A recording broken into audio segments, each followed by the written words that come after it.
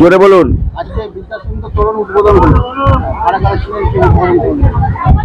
দেখুন, আজকে শুভ ধনতেরাস তিথিতে আজকে সবাইকে আজকে একটা উপহার দিলাম এলাকায়, যে আমাদের এখানে না মানে আমাদের আলমগঞ্জ একটা মানে ঐতিহাসিক জায়গা। বর্ধমান যেমন ঐতিহাসিক জায়গা, বর্ধমানের সঙ্গে তখন যেসব শাখাগুলো আছে তেমন আলমগঞ্জ তেজগঞ্জ একটা করে ঐতিহাসিক ব্যাপার আছে। তেমন আমাদের এই তেজগঞ্জে বিদ্যাসুন্দর কালীবাড়ি আছে, যেটা আপনি তার যদি সমস্ত কিছু খোঁজেন গুগলে সার্চ করে অনেক কিছু পাবেন। তো আমি যখন বিবেকানন্দ বসিয়েছিলাম তো তখন আমার মনে হয়েছিল যে একটা বিদ্যাসুন্দর তোরণ করে যদি বিবেকানন্দকে সুন্দর করে বসানো হয় তাহলে আরো ভালো লাগবে। তো বিবেকানন্দকে স্বামীজিকে সঙ্গে রেখেই আমি একটা তোরণ বানালাম। তো সেটা আজকে উদ্বোধন করলাম। সেই উদ্বোধনী অনুষ্ঠানে আমাদের জেলার অভিভাবক, জেলা সভাপতি, কাটোয়ার বিধায়ক মাননীয় রবীন্দ্রনাথ চট্টোপাধ্যায় ছিলেন। আমার অভিভাবক, আমাদের বর্ধমানের অভিভাবক, বর্ধমানের রূপকার মাননীয় খোকন দাস ছিলেন। আমাদের শহরের সভাপতি ছিলেন। আমাদের বিভিন্ন শাখা সংগঠনের নেতৃত্ব ছিল এবং এলাকার বিশিষ্ট ব্যক্তিত্বরা ছিল।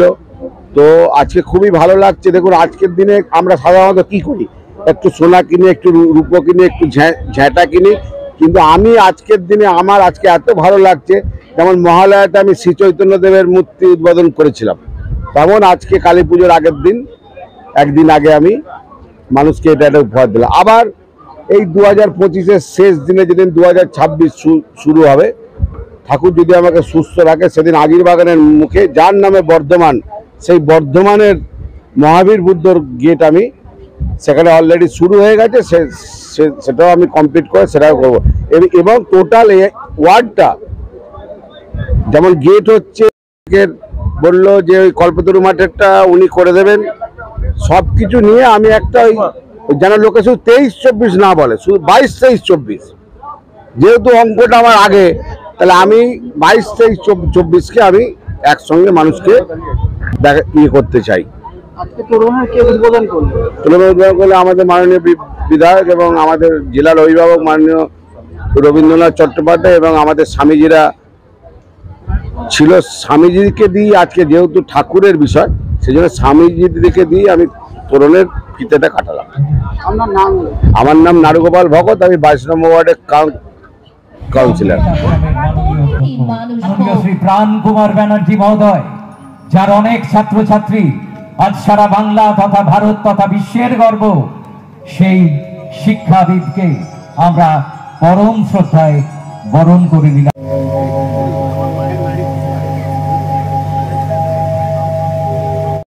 পরম স্নেহে পরম মমতায় বরণ করে নিলেন বর্ধমান দক্ষিণের মাননীয় বিধায়ক পুরোহিতম যদিগস্যাদেবমর্তিজম মুহূতারং রত্নধাতমম ইশে তর্জত্বা বয়বস্থা দেববৎসবিতা প্রার্পয়তু শ্রেষ্ঠস্তময় কর্মণে ওম यो वासीवतमः रसस्यं भाजते हनः उचितीर्व मातरः ओम तस्य भोजनयथाचनः ओम सर्वतो परिपादन्त हरि ओम। এই অভূতপূর্ব মাসিমাকে আমরা বরণ করে নিচ্ছি। আভারানী বটব্যাল মাননীয় শ্রীমতী আভারানী বটব্যাল মহোদয়া, আমাদের সকলের মা, আজ এই মঞ্চে দাস মহোদয় তাকে পরম শ্রদ্ধায় আমাদের সকলের পক্ষ থেকে বরণ করে নিয়ে প্রণাম জানালেন। যে বিদ্যা সুন্দরী কালী মন্দিরের সেবাই সেই মানুষটিকে আজকে বরণ না করে নিলে, তার আশীর্বাদ সাথে না থাকলে এই বিদ্যা সুন্দর তরুণ যে নামে নামাঙ্কিত তা সম্পূর্ণ থেকে যায়। আমাদের উদ্বোধন হয়ে গেছিল এই জায়গার চারিদিকে আমাদের কাউন্সিলর এখন গোটা 22 নম্বর ওয়ার্ড জুড়ে তিনি একটা সৌন্দর্যায়নের ভাবনায় ভাবছেন এবং প্রতিটি জায়গায় হচ্ছে। 1 জানুয়ারি আবার আমাদের রাজার গেট উদ্বোধন হবে, আমাদের রথতলা আলমগঞ্জের মাঝখানে যে গেটটা তৈরি হয়েছে। 22 নম্বর ওয়ার্ড নতুন করে সাজছে, আমাদের কাউন্সিলর সাজাচ্ছে, সেটাই আমাদের কাছে গর্বের দিবস। সেই সঙ্গে বিজয়া সম্মেলনীও সারা হয়ে গেল। আমাদের তেজগঞ্জ বর্ধমানের মধ্যে একটি অবহেলিত জায়গায় ছিল। বিশেষ করে আমরা সকলেই জানি না যে বর্ধমানের এই বিদ্যাসুন্দর কালী মন্দির এনসাইক্লোপিডিয়া অফ ইন্ডিয়াতে স্থান আছে, যেটা বর্ধমানের আর কোনো জায়গায়, এমনকি সর্বমঙ্গলার নাম পর্যন্ত নাই। সেখানে আমাদের এই বিদ্যাসুন্দর কালী মন্দিরের নাম আছে এবং কথিত আছে যে বিদ্যাসুন্দর কালী মন্দির থেকে একটি সুড়ঙ্গ একদম গোলাপবাগ পর্যন্ত আছে। তার নিদর্শন মাঝখানে বর্ধমান রাজবাড়িতে খনন কার্যের ফলে বেরিয়ে পড়েছিল এবং সেটাকে ঘিরে দিয়ে ঢাকা দিয়ে আছে। এটা শোনা যায় যে এখান থেকেই ছিল বিদ্যাসুন্দরের আসা যাওয়ার রাস্তা।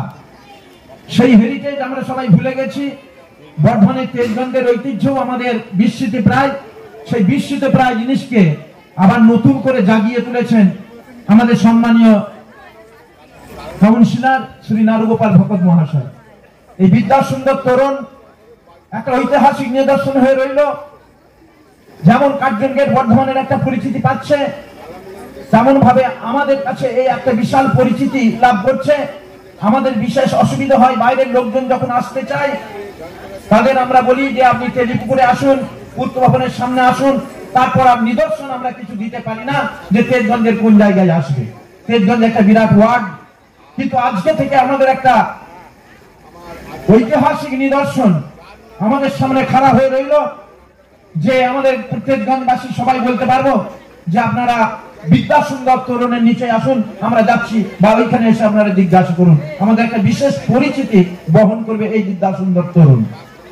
সেদিক থেকে ভগবান শ্রীকৃষ্ণের সেই ধর্ম সংস্থাপনা থাই অসম্ভব আমি যুগে যুগে, তিনি বলেছেন ধর্মকে সংস্থাপন করবার জন্য, ধর্ম স্থাপন নয় সংস্থাপন। ধর্ম ছিলই, তাই তেজগঞ্জের ঐতিহ্য ছিল, তাকে পুনরায় আবার আমাদের একটা উপহার দিলেন আমাদের নারুগোপাল ভকত মহাশয়। জানি যে 10 টাকার ভোগের ব্যবস্থা ওখানে করেছেন এবং রাত্রিকালে বিনা পয়সায় ভোগের ব্যবস্থা হয়েছে।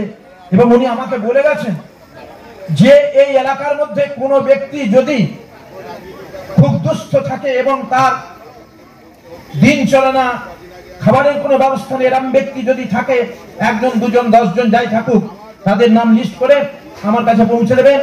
আমি যথাসময়ে দুপুরবেলা তার বাড়ি খাদ্য পৌঁছে দেবো। আমি যতদিন বাঁচবো এই কাজ আমি বহন করব। তিনি বলেছেন এই কথা, তাই আপনাদের কাছে বলা রইল, যদি সেরকম কেউ ব্যক্তি থাকেন যে প্রকৃত দুস্থ, অন্নভোগ খেতে যেতে অব্দি পাচ্ছেন না, বাড়িতে পড়ে থাকেন, তাহলে তার খাবার এখানে এসে উপস্থিত হবে, সেটা অব্দি আমাদের মাননীয় বিধায়ক করেছেন। এই মহতি দিনে আজকের দিনটা খুব স্মরণীয় দিন, কারণ 22 নম্বর ওয়ার্ডে এই যে ঐতিহ্য, এই ঐতিহ্যটা বহন করবে আগামী দিনের ভবিষ্যতে। তাই আজকের আমাদের এই মহতি সভায় এবং আমার এই 22 নম্বর ওয়ার্ডে 22 নম্বর ওয়ার্ডে সকলকে আমার জানাই শারদীয়া শুভেচ্ছা, ভালোবাসা ও শুভ বিজয়া শুভেচ্ছা ও ভালোবাসা। হরি ওম।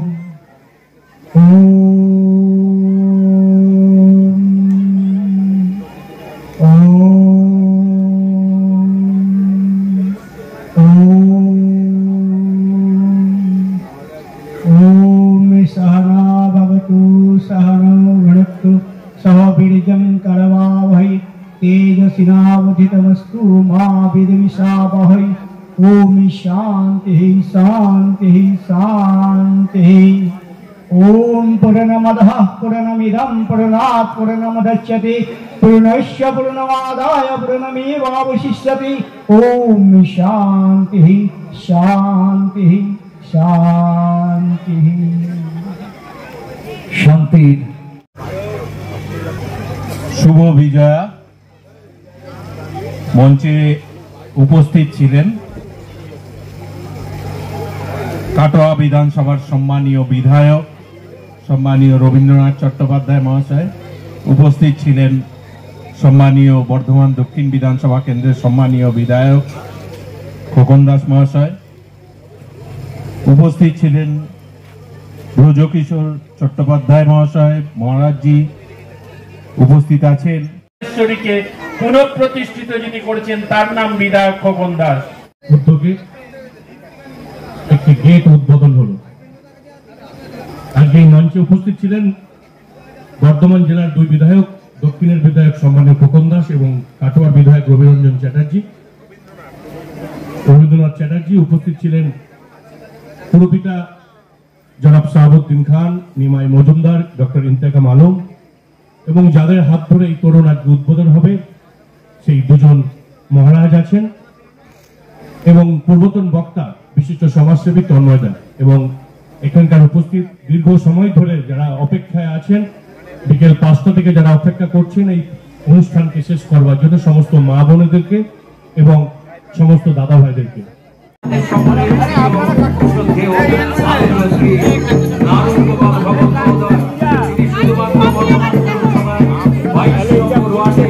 নির্বাচিত জনপ্রতিনিধি নন, তিনি এক সক্রিয় সমাজসেবী, সাংস্কৃতিক দূরদর্শী উদ্যোগপতি,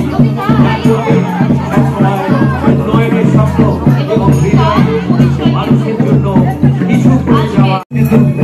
শ্রী চৈতন্য তরুণ আর ঠিক তেমনি আসন্ন দীপাবলির প্রাক্কালে শুভ ধনতেরাসের পূর্ণ সন্ধ্যায় আমাদের মাননীয় শ্রী নারদ মহোদয় উপহার দিলেন আজকের এই অনন্য যেখানে ছত্রে ছত্রে রয়েছে। এই 22 নম্বর ওয়ার্ডের কাউন্সিলর মাননীয় শ্রী নারু গোপাল ভগত মহাশয় এবং এই মুহূর্তে কিন্তু এই মঞ্চে